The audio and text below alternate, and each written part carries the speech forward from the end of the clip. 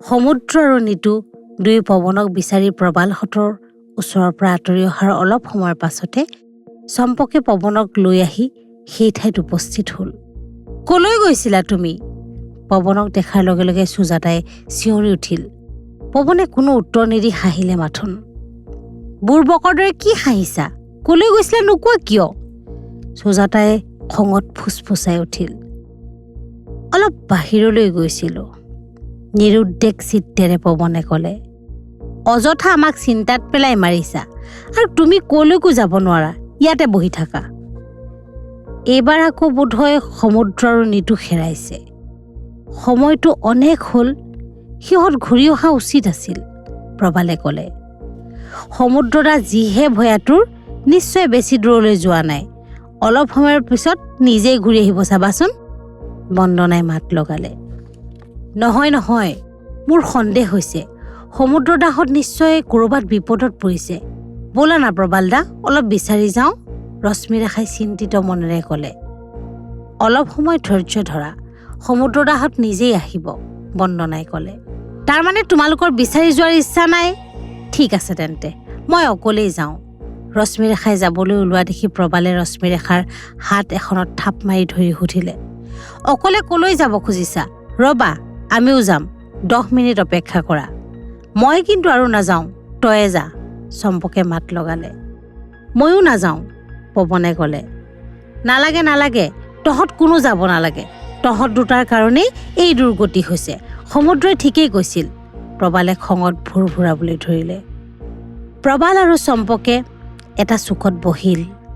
সুজাতাৰ পৰা কিছু আঁতৰত ৰশ্মিৰেখাই নিজৰ হাতৰ ঘড়ীলৈ চালে। তোমাৰ কপালত ইমান আঘাত লাগিল কেনেকৈ? সুজাতাই পৱনৰ আঘাতপ্ৰাপ্ত ঠাইবোৰ তেতিয়াহে লক্ষ্য কৰিলে। আৰু ছাৰ্টটো ইমান লেতেৰা হ'ল কেনেকৈ? ক'ৰবাত চুঁচৰি গৈছিলা নেকি? সুজাতাই আচৰিত হৈ সুধিলে। ওপৰৰ পৰা মোৰ মূৰত ইটা খহি পৰিছিল, পৱনে ক'লে। ইছ, সুজাতাই উচ্চাৰণ কৰিলে। ৰশ্মিৰেখাই বাৰে বাৰে ঘড়ীলৈ চাই উচ পিচাবলৈ ধৰিলে। প্ৰবালে এবাৰ ৰশ্মিৰেখাৰ ফালে, আনবাৰ কোঠাৰ বাহিৰলৈ চালে। আন্ধাৰ হৈ আহিলেই, এইবুলি প্ৰবালে বন্দনালৈ চাই ক'লে। বন্দনা, বেগৰ পৰা টৰ্চটো বাহিৰ কৰাচোন। বন্দনাই লৰালৰিকৈ বেগৰ পৰা টৰ্চ এটা উলিয়াই প্ৰবালৰ হাতত দিলে। প্ৰবালে পকেটৰ পৰা নিজৰ পিষ্টলটো উলিয়াই এবাৰ চাই ল'লে, তাৰপাছত পুনৰ পকেটত ভৰালে। পিষ্টলেৰে কি কৰিবা? পৱনে ঠাট্টাৰ সুৰত সুধিলে। প্ৰবালে কোনো উত্তৰ নিদি বন্দনা আৰু ৰশ্মিৰেখাৰ ফালে চাই ক'লে। তোমালোক ইয়াতে থাকা, মই সমুদ্ৰহঁতক চাই আহোঁ।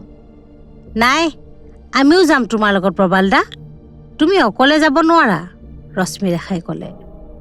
হয়, তুমি অকলে যাব নালাগে, বন্দনাই ক'লে। ব'লা তেন্তে, প্ৰবালে বন্দনা ৰশ্মিৰেখাক লৈ ওলাই গ'ল। নিজৰ ভনীয়েক এজনী ক'ত গৈ বিপদত পৰিছে ঠিক নাই, অথচ পৱনৰ কোনো চিন্তাও নাই, ইডিয়ট এটা ক'ৰবাৰ।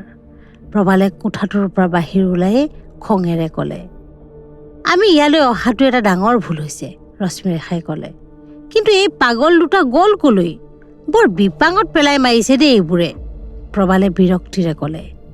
এনে পুৰণি ঘৰৰ ভিতৰত ক'ত কি বস্তু থাকিব পাৰে? সাপ বাঘু যে ইয়াতে সোমাই থকা নাই, কোনে জানে? কিছুদূৰ যোৱাৰ পাছত প্ৰবাল ৰ'ল, সমুদ্ৰক উদ্দেশ্যি দুবাৰমান চিঞৰিলে, কিন্তু কোনো উত্তৰ নাহিল।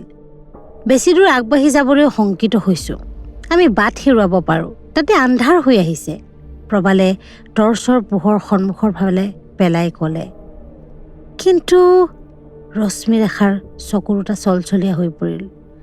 ধৈৰ্য ধৰা, সিহঁতক আমি বিচাৰি উলিয়ামেই, প্ৰবালে আশ্বাস দি ক'লে। কোনোমতে নিশাটো পাৰ হ'লেই হয়, ইয়াত যে কিয় মৰিবলৈ সোমাইছিলোঁ, বন্দনাই ক'লে। প্ৰবালহঁত পুনৰ আগবাঢ়িল। চম্পক, পৱন, সুজাতাহঁতৰ ওচৰৰ পৰা প্ৰবালহঁত আঁতৰি অহা খন্তেক পিছতে পৱন থিয় হ'ল। আকৌ কি হ'ল, সুজাতাই সুধিলে। পৱনে কোনো উত্তৰ নিদি এক অদ্ভুত দৃষ্টিৰে সুজাতাৰ ফালে চাই ৰ'ল। পৱনৰ এনে দৃষ্টি সুজাতাই পূৰ্বে কেতিয়াও দেখা নাই। পৱনৰ আচৰণবোৰ কিবা আচহুৱা যেন লাগিল সুজাতাৰ। এনেতে চম্পকো বহাৰ পৰা উঠিল। সুজাতাই এবাৰ চম্পকলৈ, আনবাৰ পৱনলৈ চালে। দুয়োৰে চকুত একেই দৃষ্টি, অদ্ভুত ভয়ংকৰ আৰু এক অস্বাভাৱিক কুটিলতা।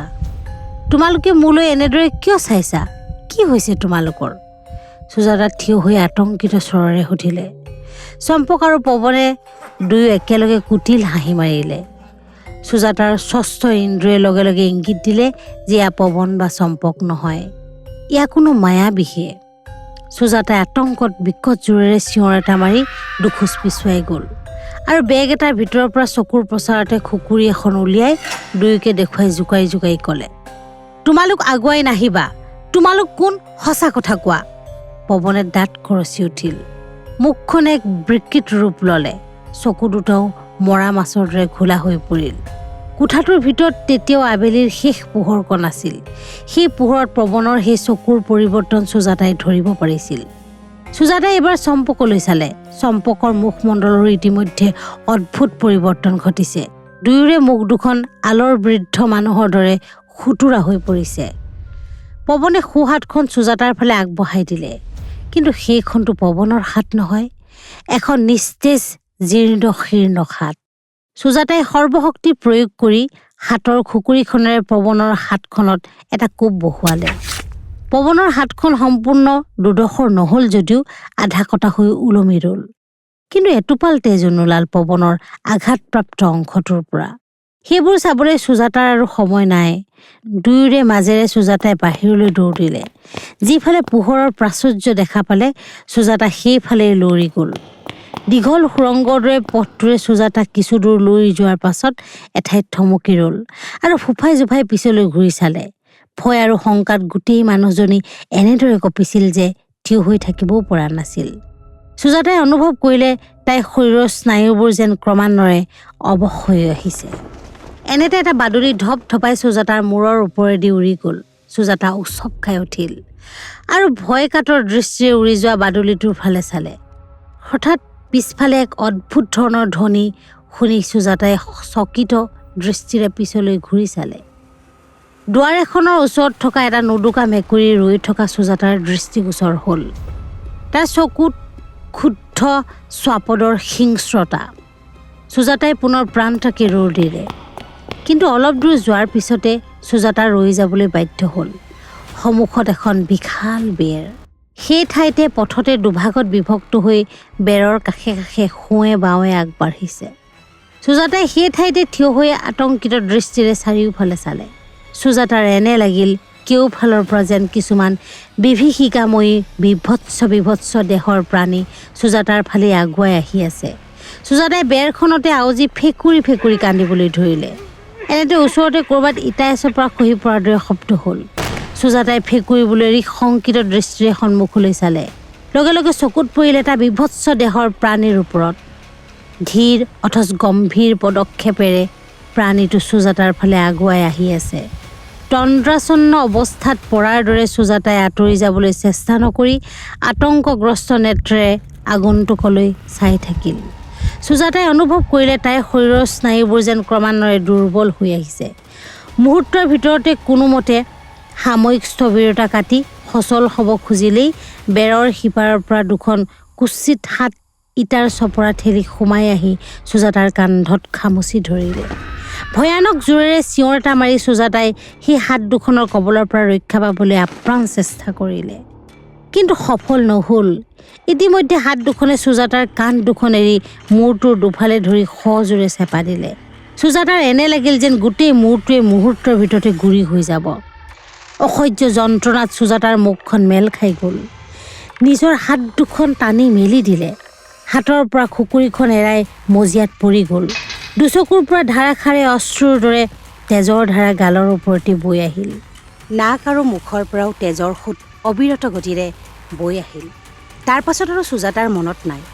মুহূৰ্তৰ ভিতৰতে সুজাতাৰ নিষ্প্ৰাণ দেহাটো মজিয়াৰ ওপৰত বাগৰি পৰিল।